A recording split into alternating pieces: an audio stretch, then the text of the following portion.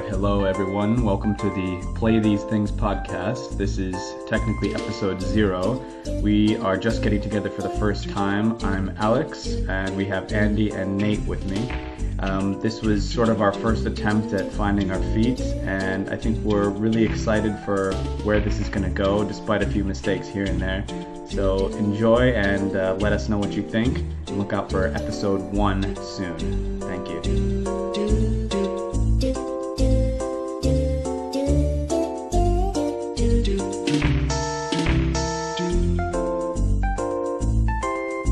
I'm recording now. Hi everyone, my name is Alex. I use they, them pronouns. I live in London, and this gathering was my ill-defined mad scientist idea. Well, I'll take it away. I'm Nate. I am an old friend of Alex. I use he, him, his, and I'm generally along for the ride with Alex with mad science ideas. We like to concoct them together. Usually, Alex is the one to push them into some kind of fruition, though. So, see if I can help it along this time. Yeah, my name's Andy. I also use he, him pronouns, and I was invited by Alex to this. So I'm super excited to be a part of this. I'm glad that you are excited, because I was starting to get worried that this thing would never happen. We've been trying for so long, but we are on different continents and time zones and all that. Yeah, where are you, Andy? I actually have no idea where you are. I'm in Connecticut. Where are you, Nate? I'm in Louisville, Kentucky. Oh, okay. Yeah, and I'm in London, as I said. So I guess what I can try giving a pitch, an elevator speech, but it's going to be a longer elevator than normal. So I guess I kind of had the idea after listening to lots of different podcasts and consuming way too much video game media than is good for me, that I wanted to try and get people together to talk about games sort of in similar ways that other people do, just talking about what we've played, what we like in games, a bit of theorizing about what games are and whatnot. But I also wanted to do it in a way that I guess gave room for talking about political and social commentary on the one hand, and also, depending on how down we are for it, a bit of the kind of open-ended frou-frou discussion as well. Because for me, I mean, the thing that tickles my fancy personally is the experimental side of games. So as much as I can get into any kind of game, that's kind of what preoccupies me. So my idea was essentially, I started a little WordPress that I think currently has 0 views, which is fine. But I titled it Play These Things, which was kind of a successor in my mind to an old website called Play This Thing. Have either of you ever been on that? No, I haven't. You introduced it to me when we were in school, and it was like a pretty consistent distraction from actual schoolwork for me. Yeah. So, I mean, Play This Thing was an interesting site. It was kind of unique on the internet, and it was a place where basically their outward manifesto, their stated purpose was to just post about interesting and unique little games, which doesn't sound too different from many other sites, but they had a really good way of curating them, and specifically they had kind of this mentality of this, that how far can we push games, talking about games that treated unconventional themes, things about human rights or politics or love, sex, things that maybe we're seeing more in games now, but we didn't really see so much at the time. And it's really unfortunate, because I've tried a lot to find the website, and it's not even on archive.org from what I can see. So it's kind of like this weirdly lost thing. I'm sure that somebody has a copy of it somewhere. And again, just sort of to give you a little bit more background, the one of the main people who helped create this site was a fellow named Greg Costigian, I believe. I don't know how you pronounce his last name. Oh, no way. Yeah, and he was one of the... So the idea with the Play These Things name was sort of, okay, put yourself in this continuum, from this previous entity, play this thing, but also in this continuum of the person who kind of helped create this whole effort, who was one of the original authors of something called the Scratchware Manifesto. I don't think we'll have time to talk about this thing today and delve into it too much, so maybe we could try that next time. But the Scratchware Manifesto was this really bizarre, rambling, open-ended piece with a bunch of different people authoring it that was released, I want to say, in the early 90s, maybe. That was sort of a cry to returning to the roots of the gaming industry and having creators instead of publishers take charge. And it really runs the range from being totally libertarian to, anarchist to all kinds of different things. And Designer X was one of the main people who wrote it, and that was Greg Costigian. So there's kind of this continuity with Greg Costigian, this guy who is upset with the gaming industry, writes the Scratchware Manifesto, goes on to make all kinds of other projects and games, but then creates Play This Thing, which for myself and for Nate as well, because I shared it with him, it was it was an oasis for me in the online gaming world. So that was kind of my idea. Andy and I think we got to know each other through Select Button, which was a kind of another little oasis for me of one of the few places on the internet where people talked about games in a way that wasn't completely shitty. I don't know if you agree with me. No, I do. Yeah.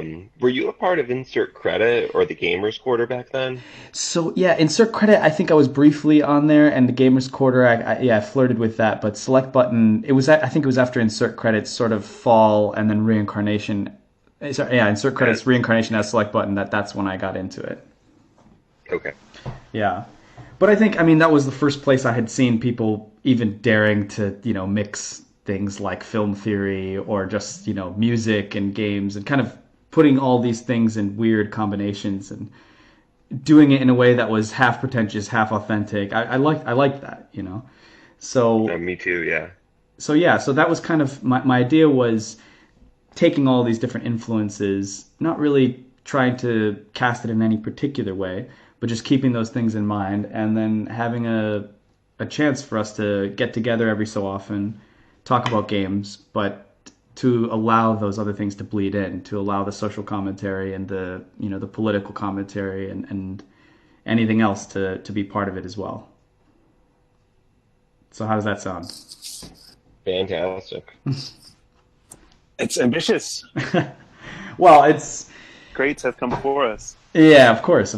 So it's ambitious, but I think it's needed as well because I don't know about you as well, but when I'm listening to some of these podcasts, they're good, but I'm shocked sometimes by the things that they don't talk about, by the things that they don't address. So I really feel there's a niche and possibly a need as well. So yeah, maybe we can get started with something pretty simple, and then we can get into the deeper stuff later. What have you been playing recently? I think that could just get us grounded. Andy, do you want to take this one? Yeah, I'd love to. It's really funny. So last November, it was actually Black Friday. We were at Best Buy. I wanted to pick up like a couple things at the grocery store, and then we popped in there on the way out. And we were checking out, I got a couple really cheap DVDs, and my girlfriend saw the Switch kind of sitting there. And she grabbed it impulsively, put it down the counter. She's like, "We're buying this." And I was like, I want to wait like maybe a year when there's like better games, like all that's out Zelda and like whatever. And then we took it home, and I have fallen in love with the system. I think it's so cool. I think it's so intelligently designed. I think it's just a really, really neat as a piece of technology unto itself, and let alone the games. So I've been playing that a lot lately. It's been Mario Tennis Aces, which is kind of interesting from a design perspective because it's Mario Tennis, which whatever, but it incorporates some like fighting game design elements into it. You could like knock out a character, you can break their rackets. There's like a super move aspect.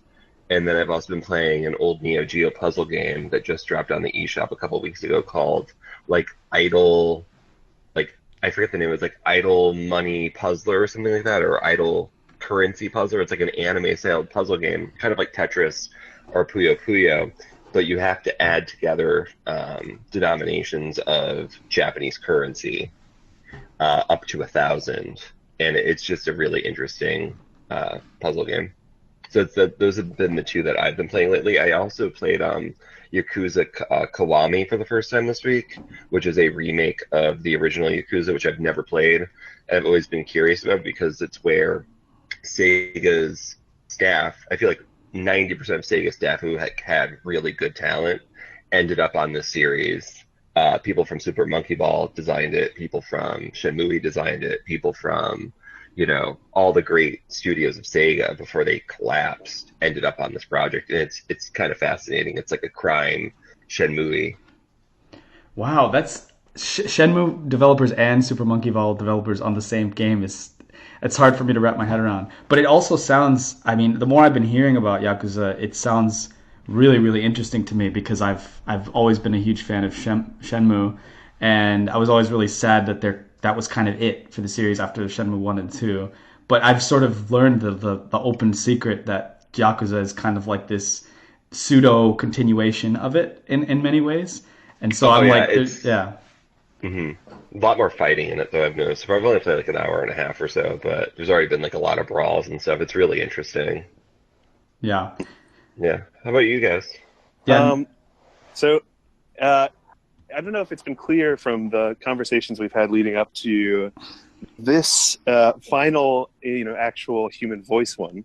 But I play, I think, less video games. At least, and if you take my life as a whole, I've certainly played less than Alex, and I think it sounds like also you, Andy, because with video games, video games have always sort of occupied a very solitary and antisocial part of my life. I play things obsessively. I like single player games. I put hundreds of hours into an experience regularly, and I cross into a lot of the more experimental and indie stuff temporarily because it's interesting to me. But honestly, the bulk of my life with video games is big titles. But I have also in my obsessive nature really dived pretty deep over the last year and a half into analog games, which I think as we go on, will probably be where I'll probably constantly be pitching the the merits of in-person physical games to break the antisocial nature of gaming, as video gamers often do it. And so the things I've been doing over the last few weeks have been these large, very complex economic Euro games. One is called The Great Western Trail, which is a very well-designed, actually beautifully designed rondel type game where you're sort of like delivering goods along as cowboys, is the idea, along the old Western Trail, delivering cattle, delivering different products, trading with Native Americans, which is a very problematic mechanic in the game, which if we ever get into it in depth, it would be interesting to break apart. And then another one, which is probably the most interesting game I've played to date that happens on a table, called The Great Zimbabwe, which is a Splattish Spellen game. It's a Dutch design company that creates these games where you build an organic market from the ground up as you play it with other people. So it sort of starts out with no market rules, and player choices change the value of an economy. And they happened to make a thematic choice to set this in like 5th, 6th century Zimbabwe, which is something that is interesting. There's few games that break out of the sort of European theme in board games, because the board game audience is very white and very Eurocentric.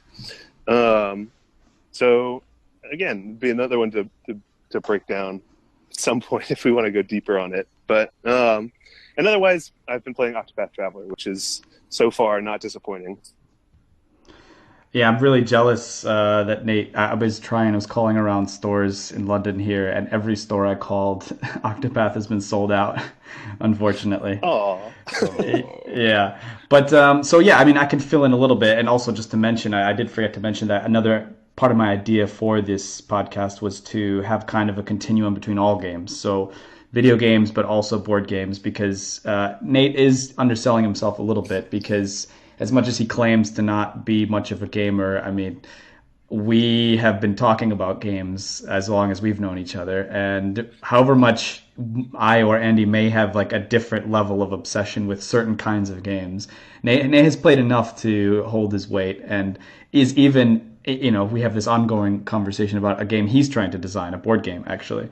So I would just give him a little bit more credit than that. But yeah, it is interesting that you mentioned the Great Western Trail and the Great Zimbabwe thing as well, because I think we can put that to the side for now. But that's actually exactly the kind of thing that I would love to talk about on this podcast, because both of those things, Nate, you and I have talked about trying to mhm. puzzle through these themes. And maybe to give a little bit more background as well, myself, I've written a few articles for Hardcore Gaming 101, and those have just been freelance. But in particular, I've seemed to keep coming back to games with themes around primitive and so-called savage cultures and tribal imagery and things like that. So I've spent, for whatever reason, a lot of these pieces sort of thinking about what it means to represent those things in games. And I'm by far not the first person to do that, but it sort of dovetails nicely with some of that stuff. So I think it would be cool to delve into that as well. So, all right. So, how about I give you a really quick summary of what I've been doing? I have a lot of board games, but I haven't been playing them because I don't have a social life. I have just not enough time right now to be playing them. So, I've been playing lots of video games. Um, Interestingly, Nate over here has been trying to get me on Breath of the Wild. I'm also, I think all three of us have picked up a Switch in the last year and have kind of gone hog wild with it a little Yeah, bit. it was one of the first games you bought, and I feel like you've developed like a mental block about starting this game. No, Like, I have. Oh, it's so good. I know I have. And you know what? Every time I talk about any kind of like problem or failure of a game, or even this piece, which I could link if we end up putting this up somewhere, but a piece I had put up on the Play These Things site. I talk about all these problems I have with games, and Nate consistently is just telling me, "Why aren't you playing Breath of the Wild? Why aren't you playing Breath of the Wild?" So I know that's on the docket. Well, I have been playing lots of indie games, partially because I think I'm the person that the Switch was kind of designed for in many ways. Like I've been a gamer my whole life, but I kind of have gone up and down like many people. And in the last few years, I mean, I skipped a whole generation or two where I was just perpetually replaying the same Super Nintendo games on my phone, for the last several years. So, basically only running an FF4 speedrunning tournament briefly. That was like as advanced as I got for a bit. So I haven't played a lot of these indie games, which to many people, this first year of the Switch has been kind of a bit slow. They were like, well, I have these games on the PC, or like this has been out since 2016, but it's all new to me, and I'm loving it. I feel like it's such a perfect platform for these little experiences. So yeah, I've been blasting through these things. I just beat SteamWorld Dig for the first time. I'd played through SteamWorld Dig 2 and SteamWorld Heist, and I've just become a huge fan of the series. I didn't think it was as good as SteamWorld Dig 2 personally, but I did enjoy it. Nate and I have had a really torturous ongoing conversation about Xenoblade Chronicles 2, which is I don't know. mm, I don't know how to mm. what to describe that game as. I'm sticking with it, and it is very brilliant in very particular ways, but it is such a slog. It is such a slog. And otherwise, I think I'm trying to think of maybe one other thing. I have been playing a bit of Godus, which is the next game in the sort of series that I'm writing right now for Hardcore Gaming 101, which is the Populous game series. And Godus was the famous disaster from Peter Molyneux, so that's kind of the next thing on my plate. So that's what I've been playing. Should we go? Should we try and dive in on any of them. Well, what do you think, Andy? Is there anything that tickled your fancy there? I mean, a bunch of stuff. A lot of the indie stuff is really, really interesting to me because I kind of missed a lot of indie games over the last few years myself. So I'm playing catch up, both on Switch and PC. I played Sibel for the first time about a month ago, which was really interesting. Are you guys familiar with that one? What is it called? Sidel? I don't know. Sibel. It's by Nina Freeman. She works for the Fulbright company. She helped design Gone Home and Tacoma. But basically, it's like this like short, maybe 2 hour game. You play as a young woman. It's like her personal computer, like almost like a simulation of it. So it's like her selfies from like 2000, I think 12 or 2011, like notes from her first year at college, and basically you play like a really simplistic mock-up of an MMO, kind of based on Final Fantasy 11, and you meet a guy, you chat to him. It's all story based, so it's like very linear. And then you chat more, you send him photos, you chat more, you get more intimate, and the game actually ends with you meeting in person. And there's a lot of full motion video stuff too that she's in. So there's just a weird like the artist in the game simulating an episode from her life, meeting this guy. So it was kind of interesting, just from like a narrative perspective. And then the other indie game I played recently was Three Fourths Home on the Switch, which was absolutely brutal emotionally. Like that game's it's a roller coaster. Wow, it's so interesting. I hadn't heard of either of those. It kind of sounds similar, the first one, to, what is that, Her Story? Have you heard of that one?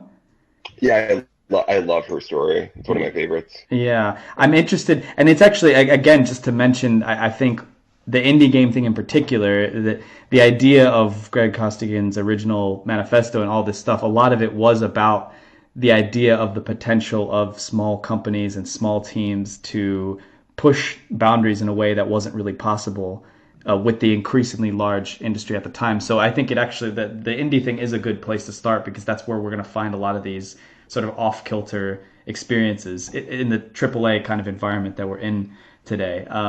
I was trying to think of another game. It reminded me of Her Story, what you were saying. It also Mhm. reminded me of Oxenfree, which, have you guys played that? I have, yeah. My girlfriend mostly played it. I watched her play through it though, so I'm familiar with it. I love the like the new game plus idea to that one. Yeah, yeah. Nate, have Which you? is what? I've dabbled, but what's the new game plus for that? That's interesting. So basically, your choices in the game determine like which characters essentially survive. Like you could basically like delete certain characters from like existing by the end of the game, which is kind of wild. And then Whoa. the new game, yeah, and then the new game plus, you can like, like there's a really wild thing she was showing me where like at the beginning of the game, like when you first discover like the paranormal stuff, you could almost kind of just like sidestep the whole game, and it's like a new ending, kind of like at the beginning, or it could almost form like a loop. It gets really weird from what I saw. Whoa. That's a Yeah. pretty novel take on what's become a pretty tired idea. Well, Hmm. I also like. I think the thing I like so much about Oxenfree is just that little gimmick with the dialogue, where instead of forcing you to have these like cutaway experiences where you're in a scene and you're picking dialogue, you just got to keep moving. You can sit Hmm. around, and if you really want to, you can exhaust the person's dialogue until you're forced to make a choice or do something. But they put so much dialogue and scripting in there that you're, most of the time when you're walking around, these other characters are talking to you, and it's just like an interesting. There was another little indie game that I had played called The Way, on the Switch recently, which actually really frustrated me. I thought it was very annoying, but it did a similar thing where, instead of, kind of in this adventure game format, instead of forcing you to go and click and observe every object, it just brought up little text bubbles as you walked past them. And so you kind of had this. It's just interesting that idea of that a bunch of these games have been trying to do, of taking traditional sort of like game mechanics that we inherit. Like, well, it's an adventure game, of course you click objects, or it's a game about dialogue, so of course you go and do dialogue trees, and trying to make that something that is incredibly fluid and simple. I think maybe Oxenfree is more successful than The Way. But yeah, Mhm. Another game, again, this is more for my girlfriend than me, but yeah. I've watched her play it, and I think it's brilliant. I have to play through it myself. Is Night in the Woods, Oh, I've heard a where lot about this one. it's phenomenal. It's you play as a young woman. I think she's like maybe probably 19 years old, and all the characters are anthropomorphized animals. So I think you're like cats or bears or whatever, and you quit college after your first year. You return home, and it's just kind of you navigating your social network, your relationship with your family, coming back to a Rust Belt town. There's like almost like a Lynchian kind of murder mystery in there too. I think like it's like kind of increasingly paranormal and strange, but it's very explicitly, especially towards the end. My girlfriend was telling me like a very socialist game. I think one of the main characters literally says that she identifies as a socialist, which I thought was kind of fascinating. I'm literally So. a communist, you idiot. That was this. Did you see this clip as well? Yeah, I did. Yeah, it's been in Yeah. rotation in our house. It's pretty Yeah. fantastic. Yeah, yeah. I think Nate's referring there to a clip with one of the worst talking heads of this country, Piers Morgan. But we can throw that in there somewhere. I think I was on the Cool Ghost podcast maybe, or one of these that I'd heard. I think it was must have been Pip or one of these people speaking about Night in the Woods. I could be totally making this up, but essentially I've heard a bunch about this game, and I'm so happy, honestly, to be with everything else that's horrible about the world, to be in a time where games are exploring these things because it's just like there's a proliferation of these things. Like even in Undertale, which is a beast into of itself. I remember just being so taken aback by the queer characters in there, which don't even try and explain themselves. They just kind of present themselves as themselves, and it was so refreshing. It was like a breath of fresh air for me. So that's really intriguing to me to hear that there's a self-proclaimed socialist character in the woods. Yeah, and there's also a queer couple, and there's two gay characters, and the game doesn't really draw that much attention. It was just like, oh, that's his boyfriend. Cool. Like, it's not like they make a big deal around, these are the gay characters. You know what I Yeah, mean? Like, yeah, that was the thing for a while. that's cool.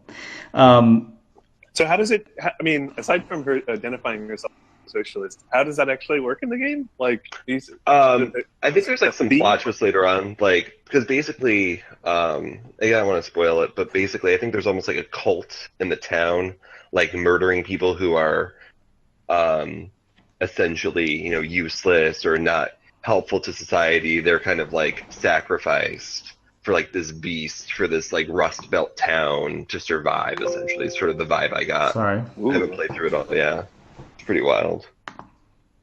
huh? The beast being, well, I guess the I don't know Capitalism. the Yeah. spirit of the gone industry or something. Yeah, something like that. Huh. Ew. I would also say Three Fourths Home is sort of in that vein as well. I don't know if you guys have played that, but Which one?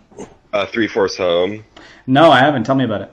Okay, so it's really quick. It takes maybe half an hour to play through, and it's super minimalist in how it looks and how it plays. It's only branching dialogue, and then you hold like the shoulder button to accelerate your car. So you play as again a young woman, comes back from school. It's a theme I'm noticing. It's really weird. Um, and you go out again, like Nebraska, middle of nowhere town. You go for a drive to your parents' old farm, and you're driving back home when you call them, and they say, "Oh my God, there's a huge storm coming. Like, be careful." And the game is just you driving through the storm, selecting branching dialogue, and it's all text. As you communicate with your family. But the point of the game is that you get to know all of the various dramas and neuroses of your family. You have a brother who has, it's implied maybe like some kind of like an autism or something like that, or an Asperger syndrome. Um, your father is on disability. He's an alcoholic. Your mother's trying to kind of like hold them together, but she's, so it's like you navigating this familial space, and it's like very intimate. And then the game gets increasingly more intense as the weather kicks up, and you're like, oh my Are you going to make it home? Are they going to be okay? That kind of thing. My God, this sounds amazing. Don't spoil it, please. Stop Well, there. yeah, no, and then I really recommend getting there's an extended edition because I bought it on the PS4. I never played it. It was on sale, and then I bought it on the Switch. I'm like, oh, cool. It's like, it was like $5 on sale or something. So I'm like, sweet. And I got the extended version on the Switch, and there's an epilogue that like really like brings it all together, and it was just absolutely like awesome. It was so well done. That's really cool. That's an even more. That's another positive of picking up a system years after these things have come out because you kind of automatically get the extended editions when they come out on the Switch. I was going to Hmm. say something. I mean, this is I'm definitely trying to shoehorn this in here, but I sent a little thing to both of you guys earlier. I don't think that any of you have gotten a chance to check it out, probably. But it was a little piece I'd written. I put on the Play These Things site where I'd kind of been reflecting on game music and some of the roles that has played in my life and that I've found in online and things like that. But in that, I have a little thesis and I want to put it out there and see what you guys think about movement in particular because part of where the rambling post went was trying to think about where does the heart of a game experience lie? Where does the heart of the narrative lie? A lot of the music I was listening to was from Final Fantasy games, which are kind of my old standbys. And in these communities and in RPG communities in particular, there's this kind of harping about story, being like, well, yeah, the story in this game is really good, or like, that's why I play role playing games, it's for the story. And I've heard this about Xenoblade as well, Nate, and I'm shocked that anybody could say that its story is good. But regardless, it's this interesting thing, and the reason I'm bringing it up is because kind of my argument in that post was that the essence, the heart of a narrative, and it might seem like a truism, but the heart of any narrative isn't actually in a game isn't in its so-called like the actual written text of the story, but it's because it's a first-person experience. It's through the process of movement through the game itself, which along with some of these other elements, is what ends up creating a sequence, a chronological sequence of experience. Nate, are you on? I think you got to mute yourself. Yeah, I'm listening. Yeah, I mean it's No, I was saying it's I think you got to mute yourself because you were tapping a bunch. oh sorry. Sorry.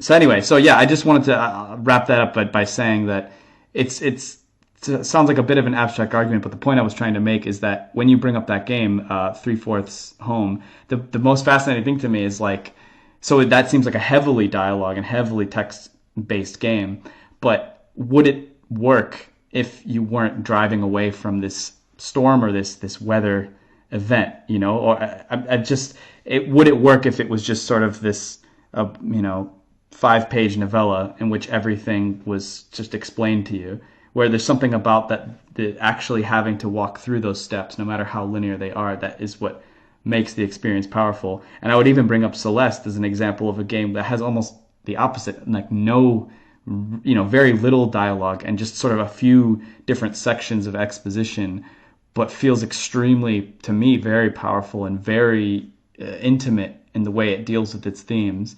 And part of that has to do with the fact that just physically having to go through this incredibly difficult journey with Celeste, by the end of it, you do feel this connection. So that's a bit of an abstract point there, but I was just curious what you had to say. No, I mean, I don't think that's, I think that's a really fascinating argument. I would agree with you in that something like Three Fourths Home, it really works because of the movement. And I agree with Celeste. Like, Celeste has very little in terms, I may be like three-quarters of the way through it, has very little in terms of plot or narrative, but like from the beginning of the game, I was so into its exploration of anxiety and panic. Speaking of someone who has anxiety myself, I'm like, oh my God, like this game gets it. So I think it's really interesting. Yeah, Yeah, it I does it mean, with the mechanic too, right? It's Yeah. just constantly, gently telling you like you can choose to approach the situation however is appropriate for you, like the player, right? It always reminds you like this is a choice that you're making. Don't freak out. Like you can grind this and try and get a perfect score, or you can just go through this experience with us. You know. Yeah, even you, Andy, were saying, I believe that you were using the assist mode, which it almost sounds taboo to be like, I'm using this easy mode or Oh something. yeah, But yeah, that, I know I did. I got frustrated a couple times. I'm just gonna put on the assist mode, and you just feel like a god, like moving through the game. You're just like infinite jumps, and you're like invincible. I didn't even know that that was possible. But I'm curious now. Like I haven't picked it up in a while. Did you feel guilty when you did that? A little bit, and I A think that's little just bit. a lifetime of gaming, just being like, no, like you're being really like lame. What are you doing? But Um, how does the game deal with it? I assume that question is something that the designer has thought about, because they clearly thought about it in every other twist and turn the game takes. Oh yeah, Uh, in the main menu it says, we want this to be a very accessible experience. We want this to be something that everyone can kind of share in. So if you don't like the high difficulty, it's perfectly fine to use this mode.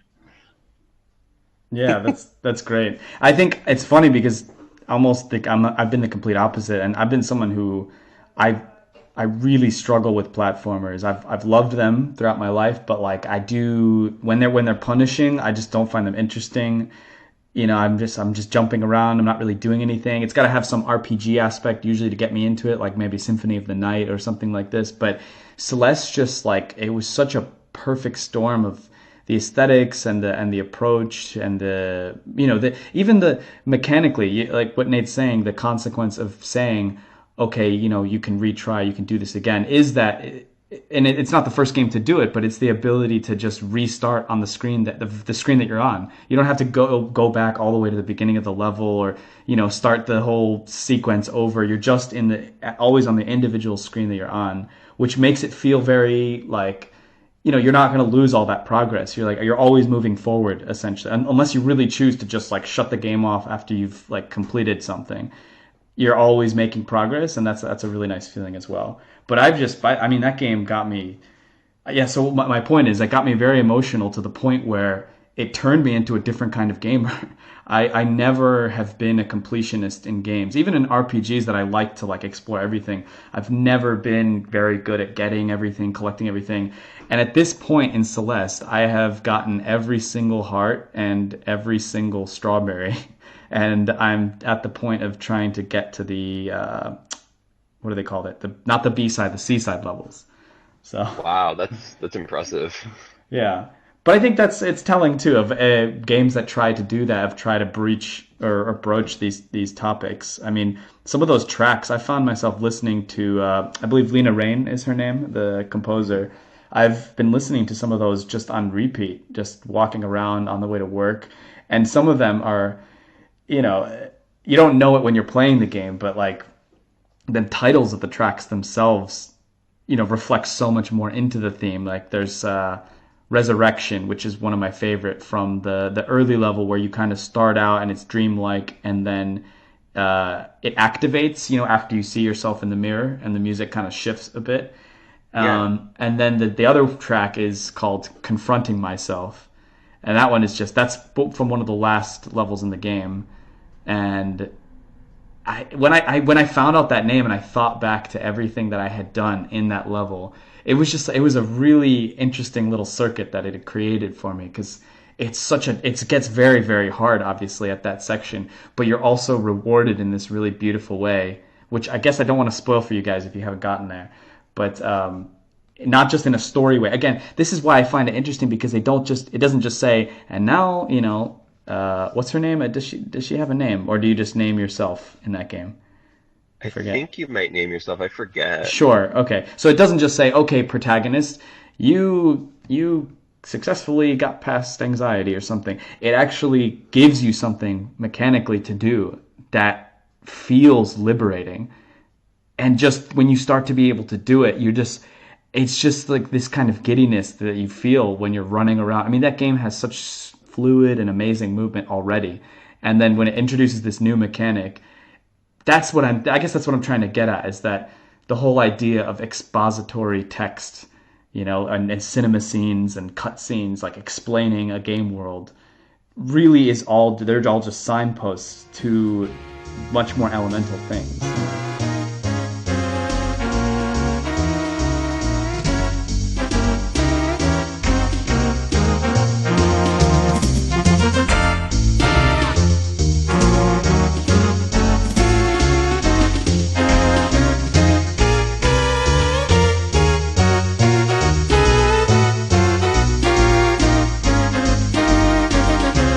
Yeah. I think that we've talked about it before, sideways, because again, you haven't played Breath of the Wild, but the idea originally, at least crystallized in my mind, listening to Matt Lees talking about his experience playing Breath of the Wild, and without talking about it, the game. He focused on like this question of where the game lives, like where the game actually exists, what you care about as you're playing it, and uh, since he framed it around something that I've actually experienced myself, I've approached every game I've played with that same question. Okay, so like, what part of the game is actually a game here? Like where are the choices made? What do I focus on? What do I care about? And so often I find that it's just nowhere near what I think the designer was trying to create. Right? Like this is the problem with Xenoblade.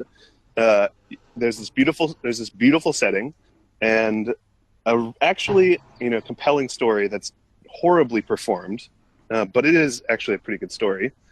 And the game actually lives in these completely overblown submenus that you spend time wondering why they exist as you're doing it.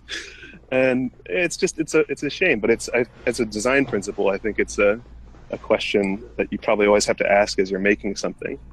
And I was actually to go back to the three-fourths home thing. I was thinking about your description of it, Andy, as you were talking about it, and I'm wondering if I ask you that question, the way you described it, it sounded to me like the game actually lives in maybe the assumptions you're making about your family as you're driving. Is that Yes, I would say so because like it's trees of dialogue. So who you like, there's differences in like how you approach things. So like one of the first dialogue choices, like your dad, you're talking to him and he goes, "Yeah, I had a beer," and like there's like three choices. There's almost like the harshest, where it could be like, "Yeah," or you had five, or it's like the more gentle, like, "Are you sure? Like, do you want to talk about it?" And then the other one's like kind of just you ignoring it and kind of glossing over it. So I haven't played it enough through to say like how different the characters react to your choices, but I'm assuming there's some degree of feedback that the game gives you about that. so the dialogue choices are also the assumptions you're going to make about your actual protagonist, then, right? Yes, that's true. Yeah, which is Interesting. really It's like cool. the thought process that's going on in Hmm. the background. That's interesting. Yeah. Ooh, you have to try that one. You said it's Hmm. like 30 minutes? Yeah, it's really short. Like I think completing the main game and the epilogue took me maybe like an hour. Like it's really short. It's interesting that I like kind of the tread we're taking here because it's making me think about because in my head when I was thinking of this argument too of like similar to kind of what Nate's saying, like where does the game live, and is it in this story that writ large or is it in these mechanics?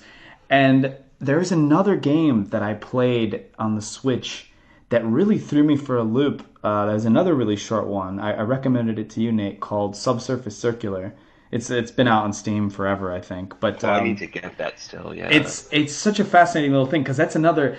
I mean, you could attack it from all these angles as well because that is a game that is essentially just a glorified text adventure, even more specifically, more like a choose your own adventure, really than anything else. It's really really text heavy, but when I after I finished it, I kind of asked myself the same question of like, well, besides just the setting in general, it's this kind of cyberpunky setting that I already enjoy.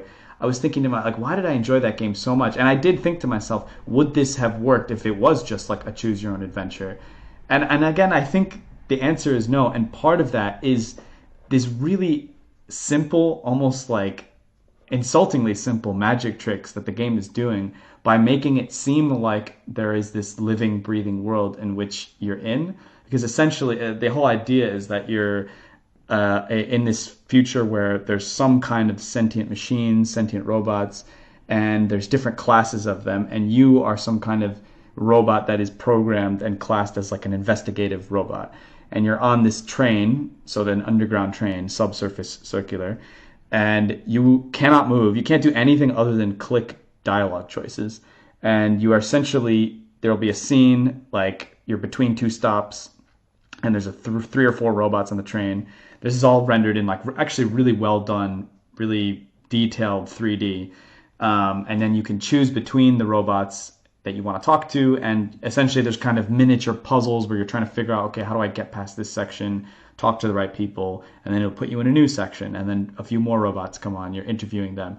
And it does so many fascinating things that I already love in sci-fi of, dealing with religion, and you get into these robots who, worship the humans who created them, and there's the ones who are sort of atheistic robots that they just resent their creators. There's ones that have been imbued with intelligence, and other ones that are just, rote, laboring machines. There's lots of really interesting stuff going on there. But yeah, that game, obviously, I mean, it has great scripting and writing, and it's a credit to whoever did the storytelling in it.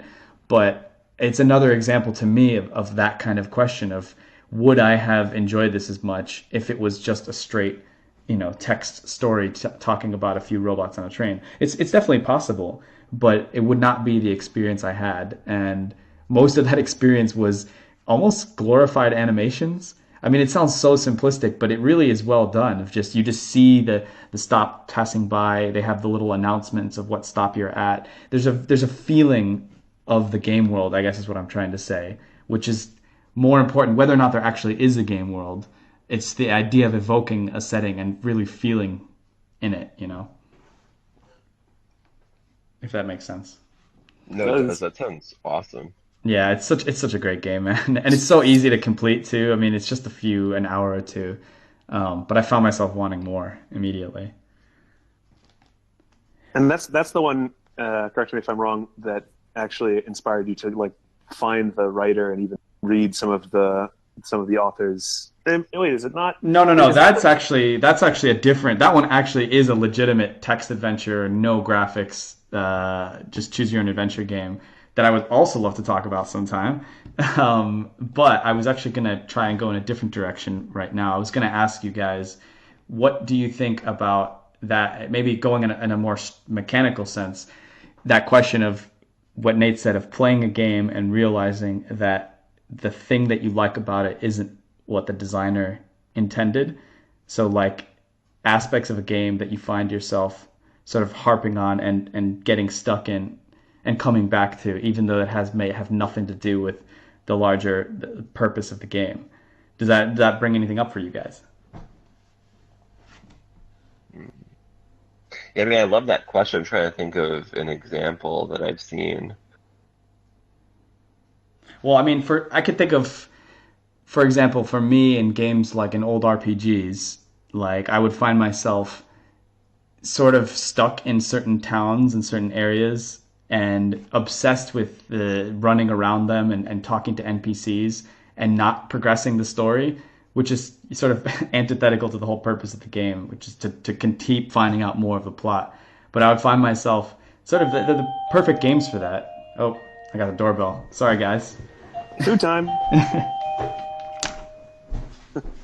As I was thinking about examples, I realized that the first one I can remember, this is going way back, was for the first Spider-Man game that was released for, I guess it was the PlayStation 2.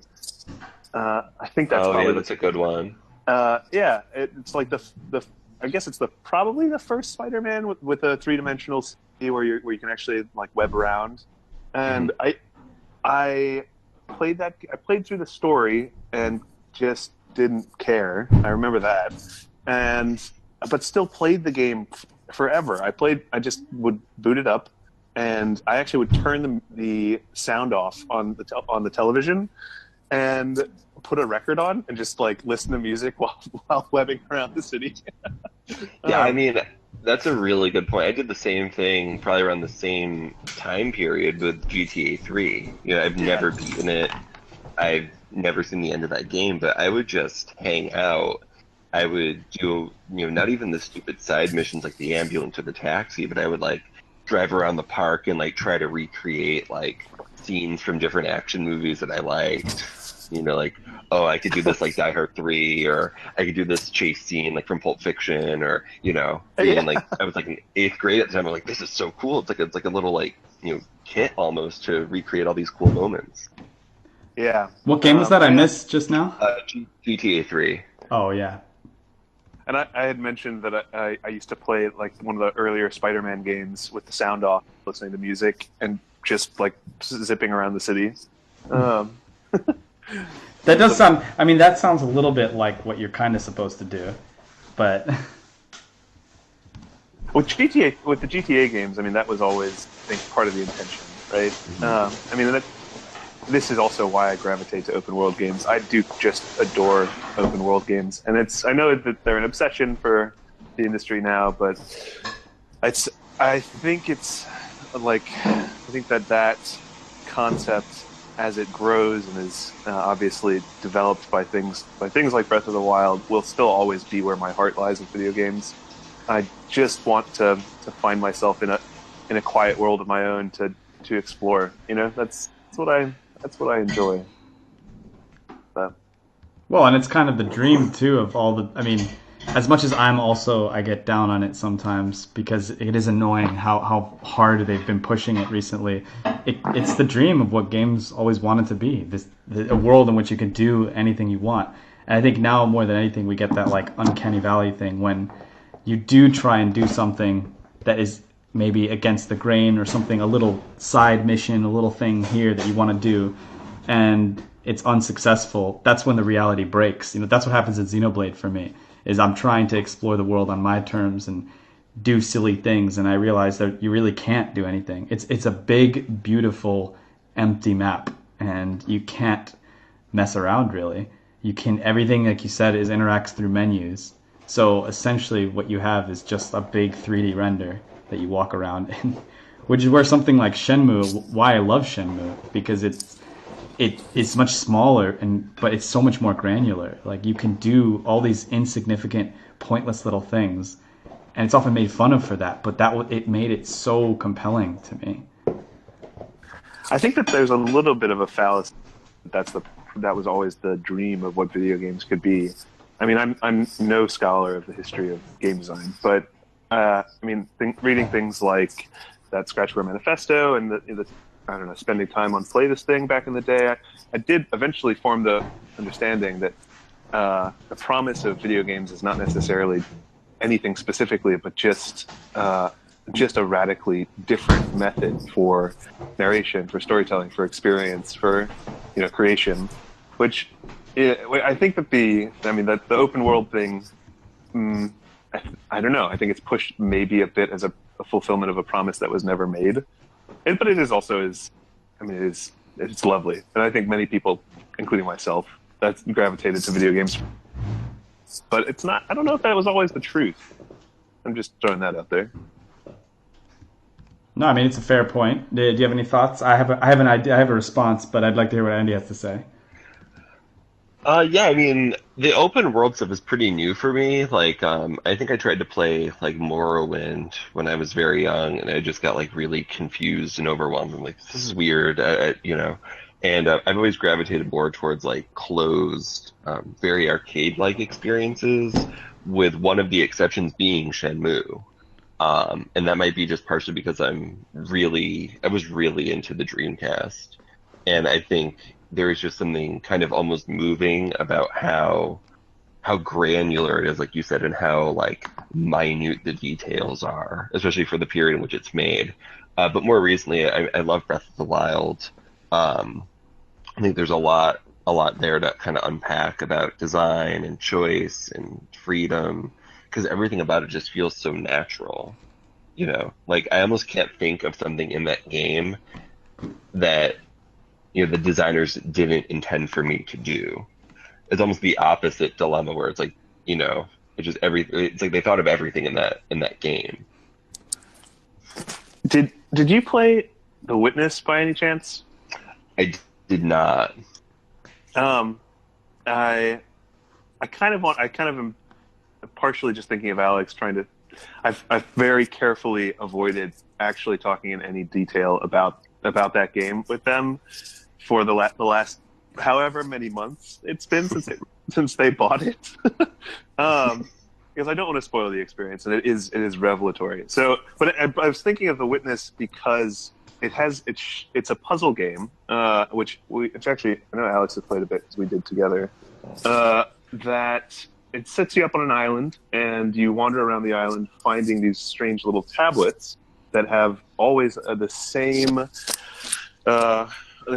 grid on them. It's like a 10 by 10 grid, which I mean sounds like an incredibly boring concept for a puzzle. But the amazing thing about it is that you're just filling in a pattern, and there's a pretty significant amount of variation for ways to do this. Sometimes it's by drawing lines. Sometimes it's always by drawing lines, but the rule for drawing lines is changed by shapes that appear on the grid at different points. Anyways, that's hard to explain, but the brilliance of it is the puzzle solution is always something that is physically apparent in what otherwise looks like just a natural landscape. Like the simplest example is you approach one of these little grid tablets, and just past it you can see four trees that go from shortest to tallest, and you have to draw like the contour that they create on the horizon onto this grid. But the complex they take this thing into just extreme complexity, where you are looking at the world seeking pattern in what looks otherwise organic in just like unbelievably strange ways. And every now and again, you come up with this insane pattern idea, like you found the Fibonacci sequence, and it actually is true, you know? Yeah, that sounds awesome. It's really, really good and incredibly hard.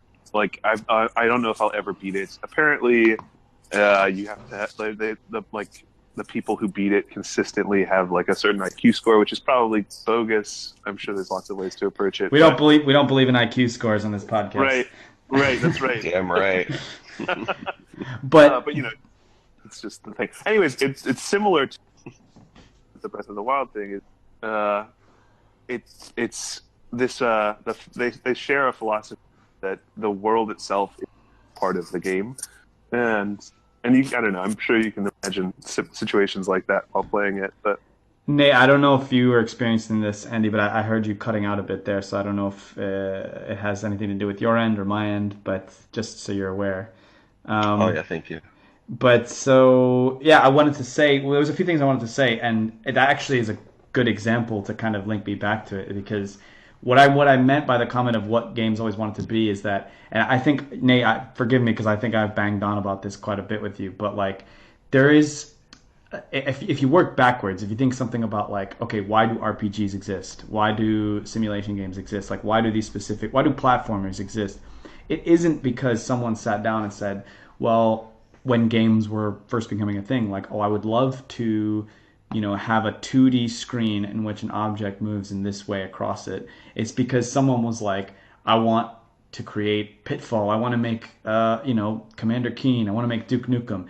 This is what it's about, but the technology gives you certain limitations, so you have to make certain compromises. So to me, the biggest example of this is like the great fallacious divide in like the RPG communities of action RPG versus turn-based RPG. And the best example I can think of is the FF7 remake, where there's been far too much text and time spent on whether is it going to be like Kingdom Hearts. Oh no, they're going to ruin it because it's not going to be turn-based anymore. And I say this to you as someone who enjoys slowness in games. Like my favorite thing is often in a turn-based game to just make a choice and then sit there and watch and think about my next choice. I love it.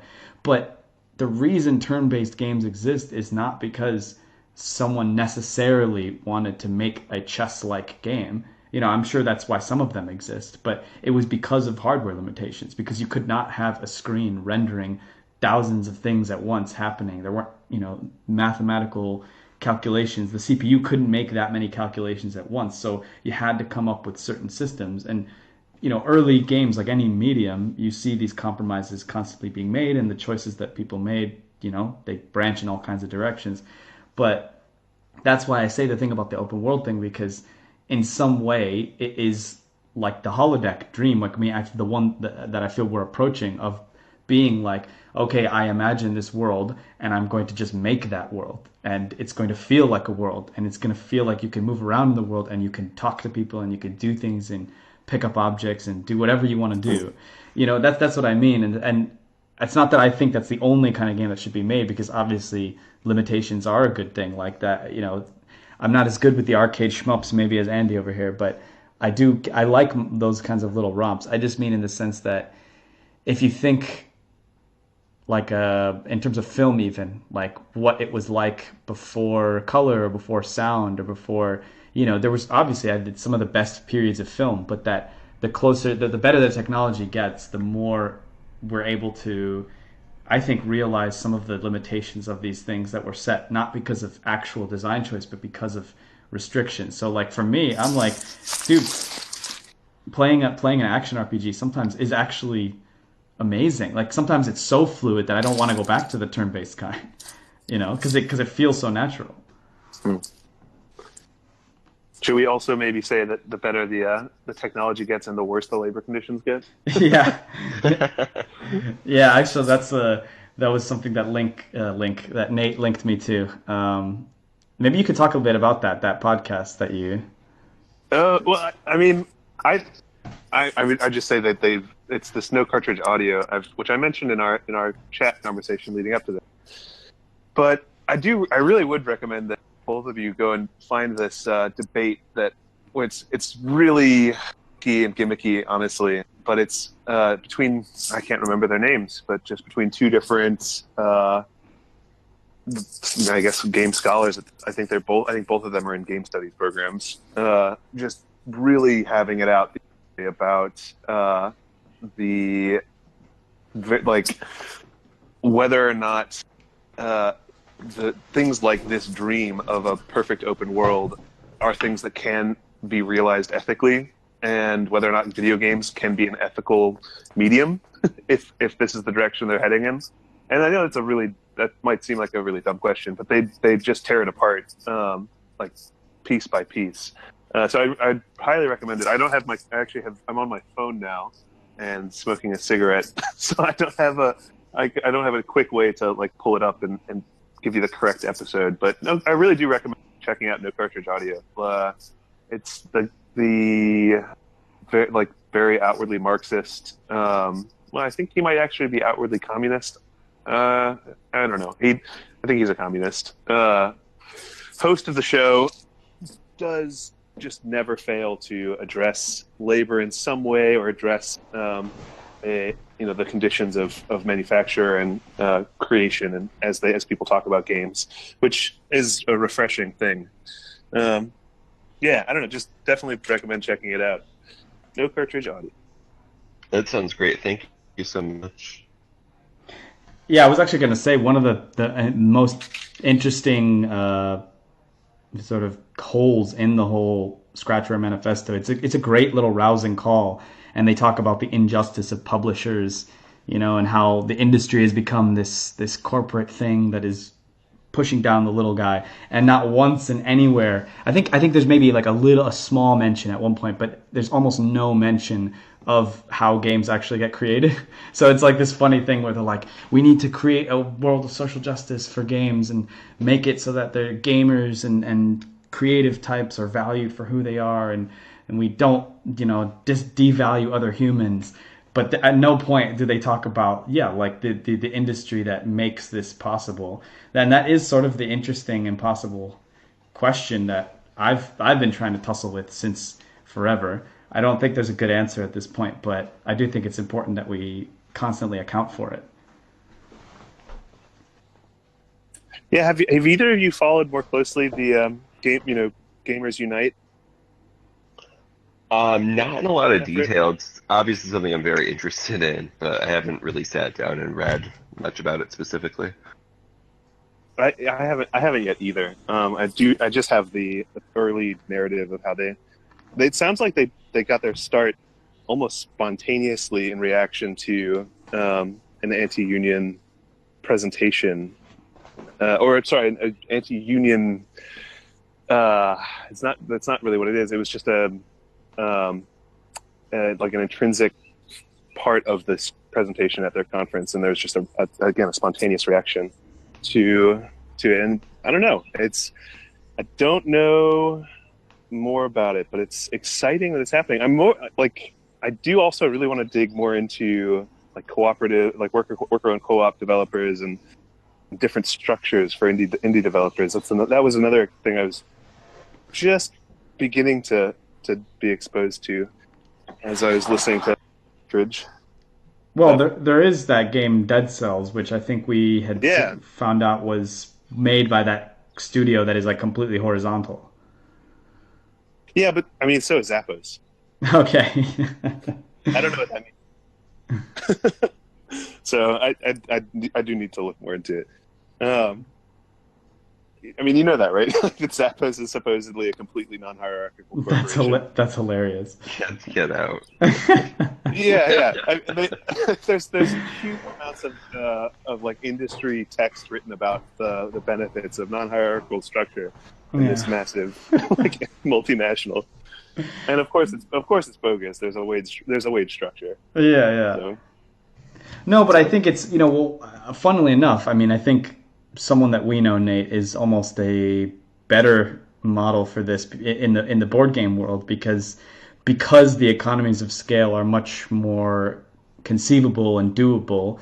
Our friend Brian, who's been part of the Toolbox for Education and Social Action, has gone on to create several board games. From I believe Coopoly was one. There's one that it might be called Rise Up or something else. Nate might be able to correct me. And then the latest one is Space Cats Fight Fascism, I believe. Looks like we might have lost Nate there, but we can get him back hopefully. And it's just an interesting. What they've done is, I mean, he's always been big on worker co-ops, and he's kind of this lone voice in the wilderness, constantly harping on the rest of the game industry for, you know, for the race to the bottom, for basically assuming by default that all manufacturing goes through the cheapest, most, the least oversight kind of channels in China, going through these factories, and his whole model has been everything that the games are printed on, every part of the process is done by worker co-ops or something resembling a worker co-op, which it's quite a tall order, but That really is, yeah. but It's they very intense. but they managed to do it. And it's not even, I mean, the larger questions of like, can you be an ethical consumer in capitalism and all that aside, I just think the material fact of trying to make the thing that you're involved with creating not complete shit a fascinating and a noble thing to do, you know. No, same So here. I went to the museum. I think I told you about this in the group chat at some point, but I went to the Museum of the Moving Image a few months ago. I think it was like around my birthday, and we went to this exhibit that was like all indie games. So they had like it was actually tied to oh my God, like an indie gaming convention yeah. in New York, and they had like Anthropy there the day before, and they had like all these games up, and they had Walden the game, they had all these different games, but I was most fascinated. There was one designer, it's like I forget his name, but basically there were two games that really interested me. One of them was literally called like the cell phone game, and it was this cute like 2D rendered. Um, you know, Adorable game about like the slave conditions of mining minerals for computer chips and the slave wages in these Chinese factories with, like nets on the side, and how the thing that you have is made in you consume this like you're saying, no ethical consumption under capitalism. And then the other one that I found even more interesting was, again, kind of a simple 2D game, kind of like a flat graphical. I'll find these. I'll post them to you guys later. But it was, you were a drone pilot in Vegas, and you start your day at home. You drive to work. You pilot a drone. you get a medal if you kill a suspected militant. You go home, you play Call of Duty with like your child age son, probably like 8-year-old son, and then you just repeat it every day for like a week. And that was the whole game. And it was so interesting to me because it shows the link between, foreign policy and games like COD, essentially, and sort of just this like whole narrative culturally of violence in society and without American society, sort of violence that the U.S. is perpetrating on other nations. That sounds amazing. That It was reminds me awesome. of. Do you remember what it was called? I don't. Let me look it up right now. Actually, I'll look it up on my phone. Yeah, I definitely I want think to I know check the that out. designer's name. Yeah. That reminds me. I still haven't played it. I've actually been saving this one for, and I know I'm really late on the game, but Papers, Please, as well, of like a game that is kind of about border control, but in a way that is supposed to make you quite uncomfortable. But I think also one thing I was going to say was that what the real dilemma with things like this too is like, the games have come to exist in a particular period of late stage capitalism, which like there's so many different layers of things that need to happen to make a game exist. From like you're saying, from like the minerals that are mined, from like the factories where chips and things are made, from the actually exporting these things and all that. It's something that only exists in the current world infrastructural state, and it is interesting to think about. There's the first step of games that are even willing to broach the subject. But then my first thought was like thinking about sort of third worldist cinema in film, like the cinema movements where there was a similar kind of tension with the idea of, okay, we're going to make film that's about like the people writ large. We're going to make films about anti-colonial struggles. We're going to make films about real things that are happening. But what does it mean if that film is still ends up just being played to a tiny audience of a handful of people at a film festival in the West? So it's sort of like there, and that's not the end of that question either. There's lots of things you can do to mitigate that. There's lots of interesting ways that you could make things that connect with community efforts and that reflect both on an artistic level or just in like a simple event organizing level that sort of has a continuum between the community and the art object. But I think that's even harder with a question like with games because of technology, because of electricity, because of the things that are required to make them happen. So it would be interesting, and this is just an open-ended question, but like it would be interesting to think about what is a way that you could then take both of those game concepts that you just described, Andy, and take them outside of a museum space, or somehow build them in a way in which, I don't know, and they were part of like a larger community reckoning process or something. I mean, these are very vague, but I mean, I'm just thinking about how could you take it from being something that is sort of like interesting in the abstract to sort of, because we're in a point where lots of our media is sort of like pseudo critical. We can watch Netflix shows that talk about race in quotation marks. There's movies and there's things out there that give us that satisfaction that we are reflective enough about our lives.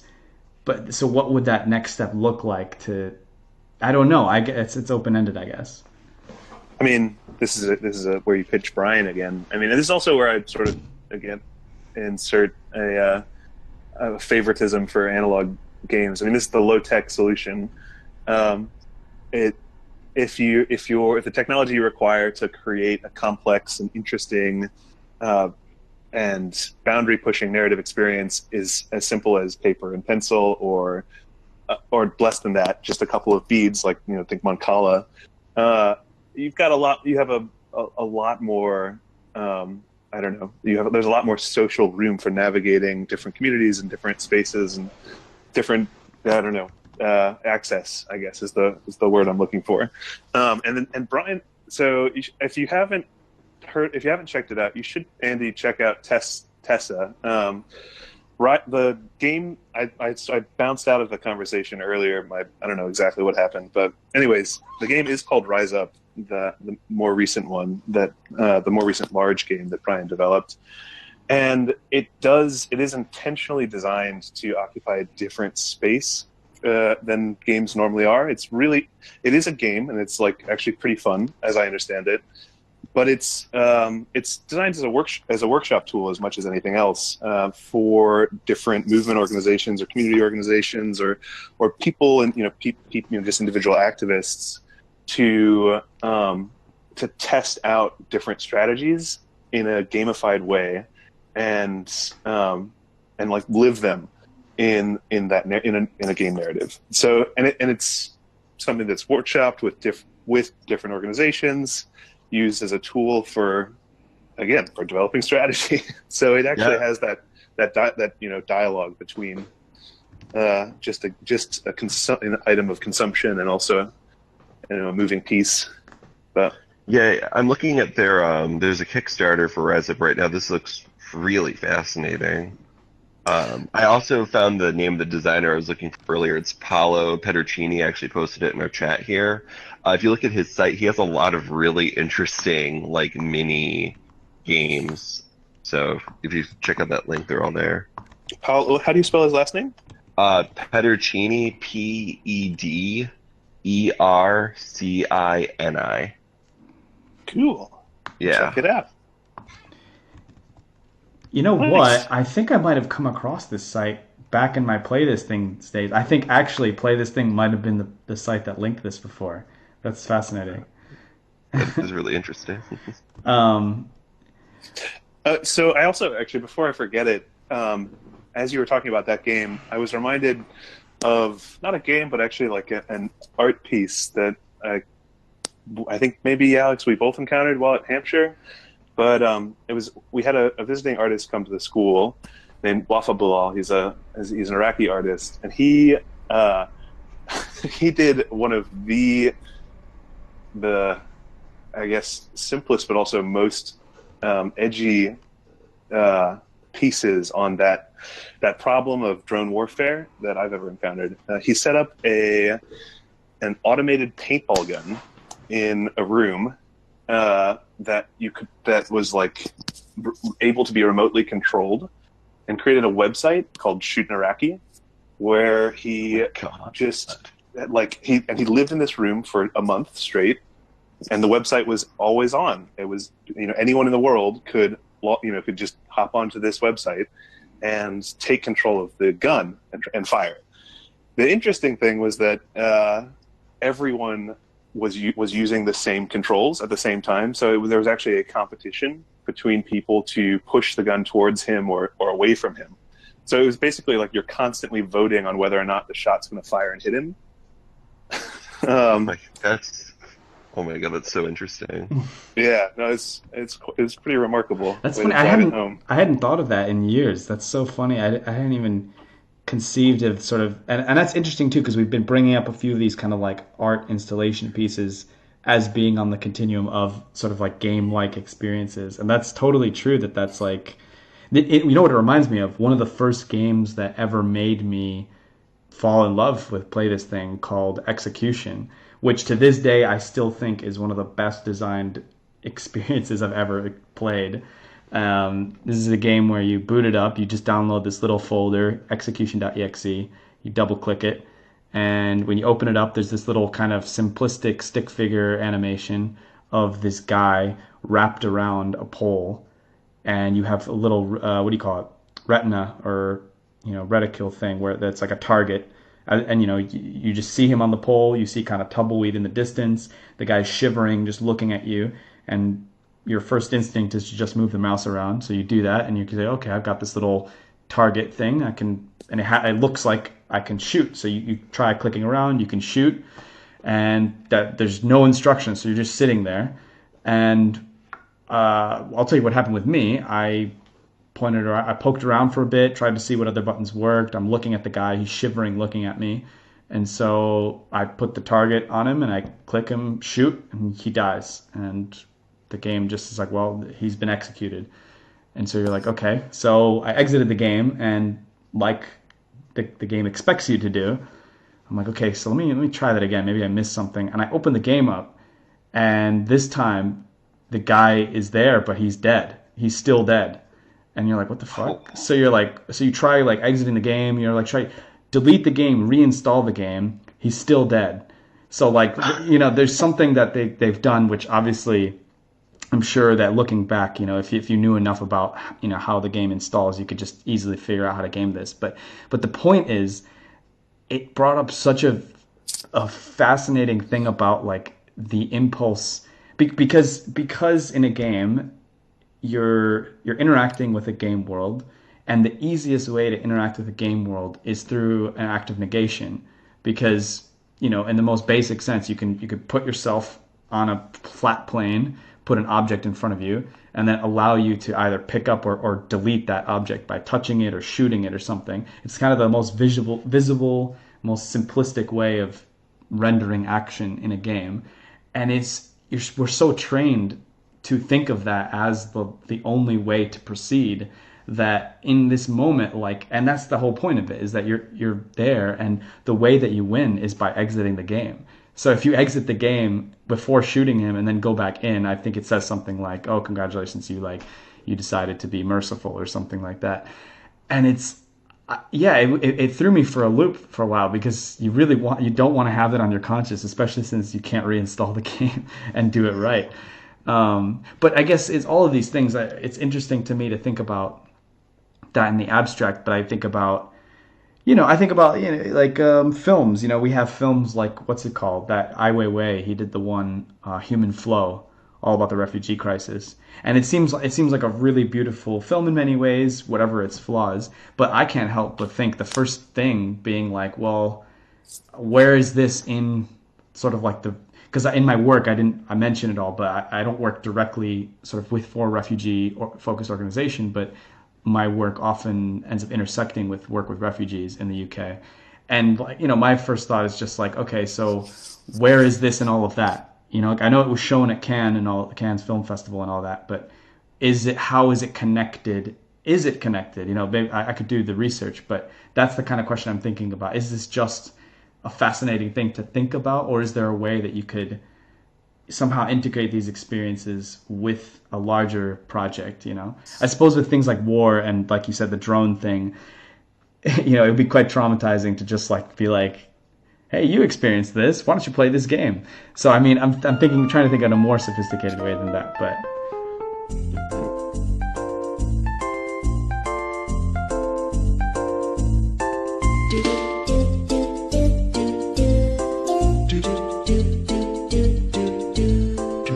yeah. That execution game. I think you made me do that actually way back in the day. I remember being I don't know. I remember being, it was one of the first experimental gamified experience. I don't even know if you could call that a game, right? Which is sort of the thing I'm going to get at. But it was the first experimental piece that I'd ever touched with a video platform, and I don't know, I understood it, but I just didn't.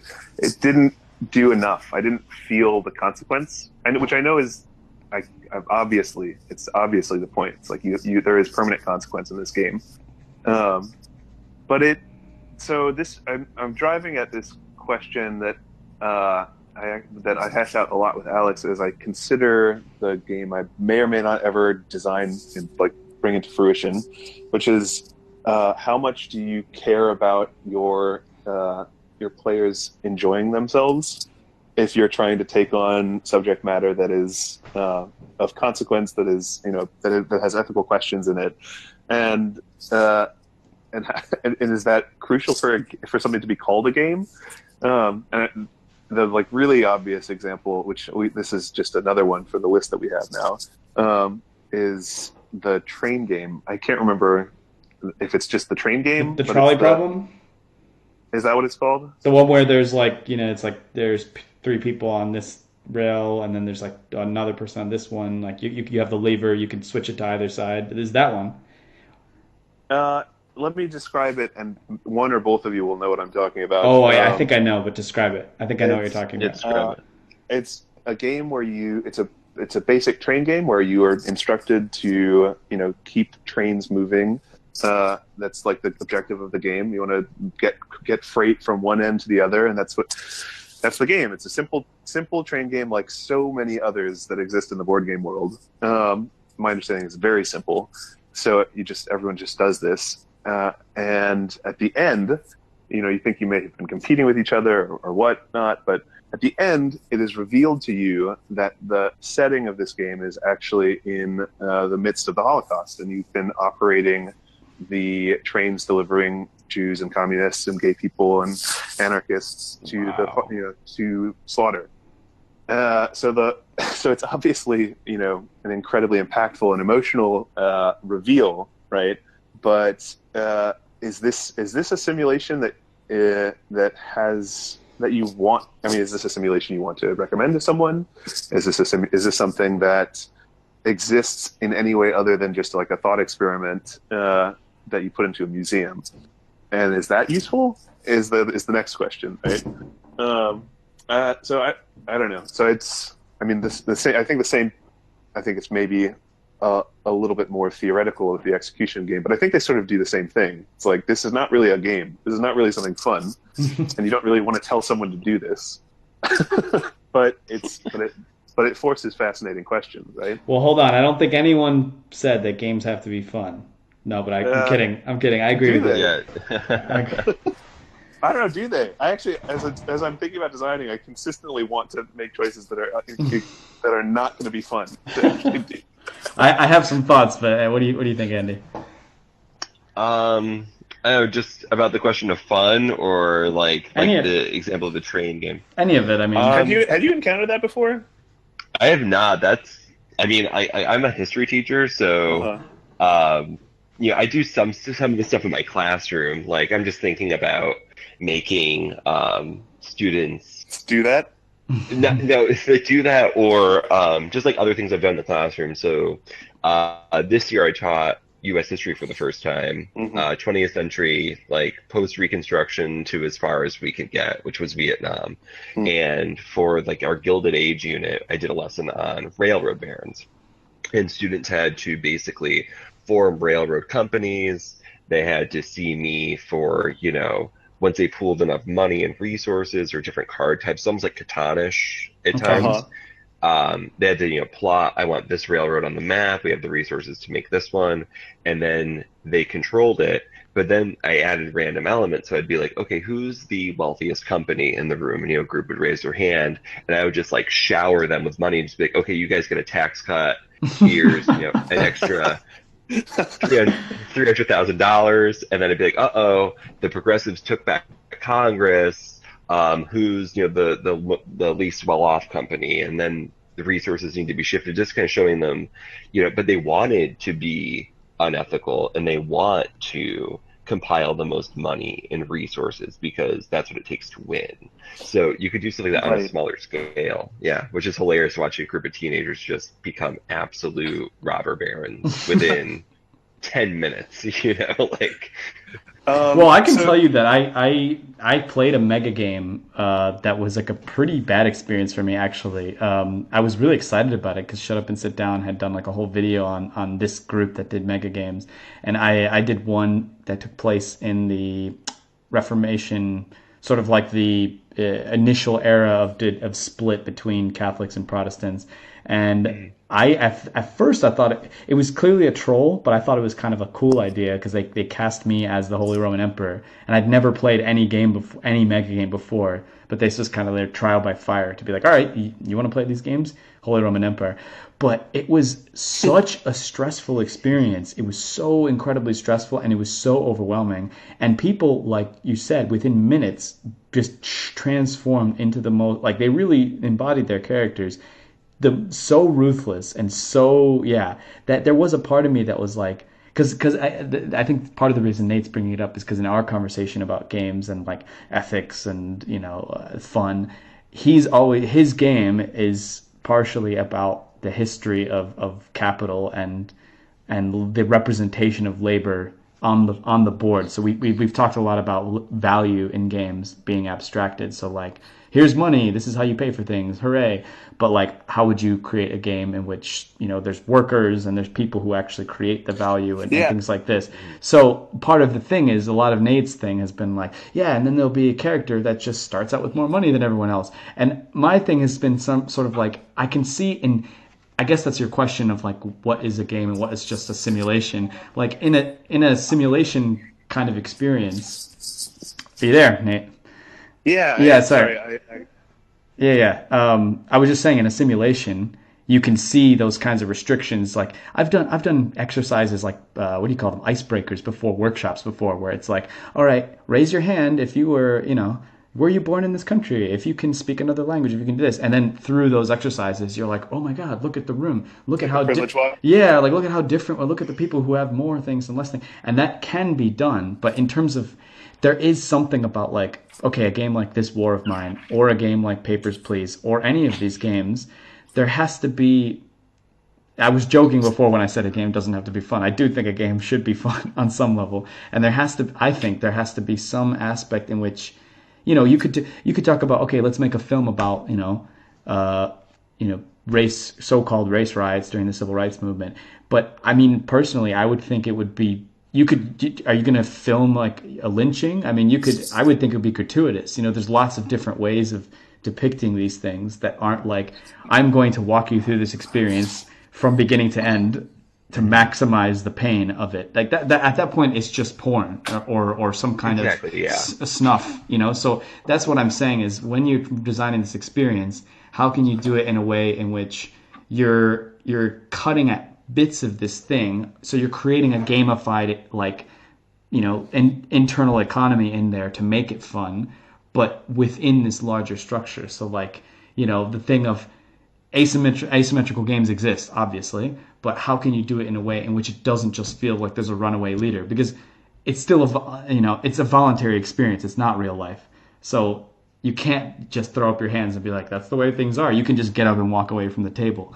So you have to create some kind of hook, you know.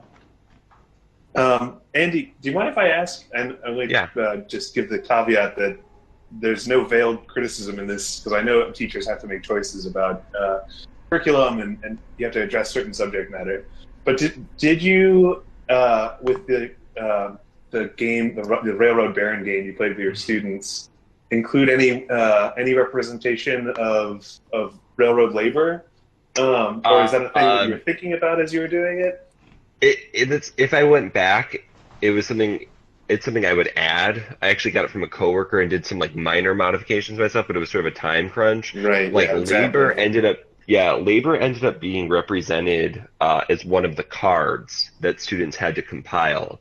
So I think it's kind of interesting. They had to acquire labor, and some of them were, because each character too was like quote unquote born with certain resources or not in other cases. So a lot of them were just born quote unquote with labor, and then they had to almost like, cozy up to the characters that had money. And the way you kind of do it initially is you seed maybe most of the money among 2 or 3 students. So then they have to almost form like factions, and there's like almost like an interpersonal thing there. Like, I don't like that kid, I'm not gonna like sell my labor to them. So it's weird. So that's kind of how I addressed it, and it was done. It's very abstracted. I would have loved to make Right. that more palatable and more like real. So like, so 'Cause- that thing is that Mhm. you're thinking about right now is the thing I'm obsessed with game design at the moment, because as I said, I'm playing all of these like heavy Euro games, which are in effect simulations of different, broad infrastructural, world-changing systems, right? So like, for example, there's a game I've played a ton of recently called Brass, where you're developing the railroad and cotton industry in the UK. Obviously, in this game, the entire triangle trade is being developed on the side, and there's obviously other stuff going on, but it's there if you look for it, but it is again represented in the abstract. And what you just, correct me if I'm wrong, but the way you described how labor worked, and this is very common for a game that deals with big infrastructure. It's effectively a resource, right? Yeah. It's a resource that, as kids are thinking about how they're interacting with it, it's a resource that they're exchanging for money, and the experience of it, and what it actually, and the humanization of it is just something that it's like hard to do at that scale.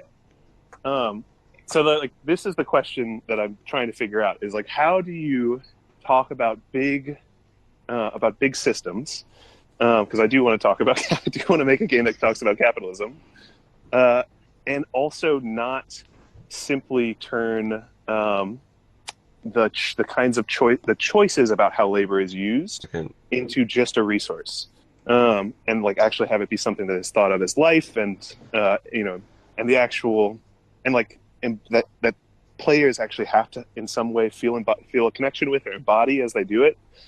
And it's a hard one to figure out. Yeah, that's really tricky.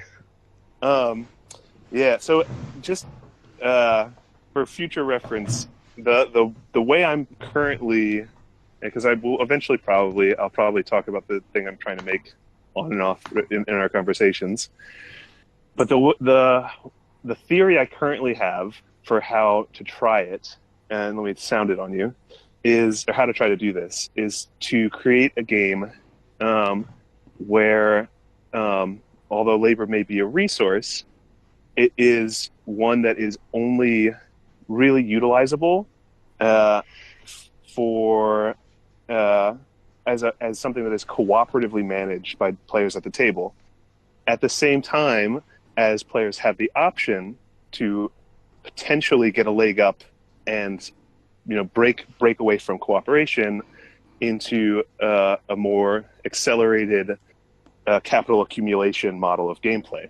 So the idea is that as you play, you constantly have to choose: am I going to help my fellow players, or am I going to accumulate for myself? And that's the theory, because a cooperative game, I also think a fully cooperative game, I think, doesn't really solve this problem, because you don't have imbalance, and you don't have the option of greed.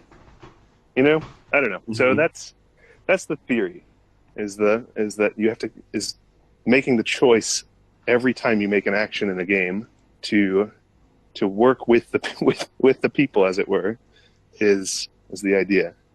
But and how it would actually work would take a long time to describe, but I don't know. It's just that's the idea that it's growing from at the moment.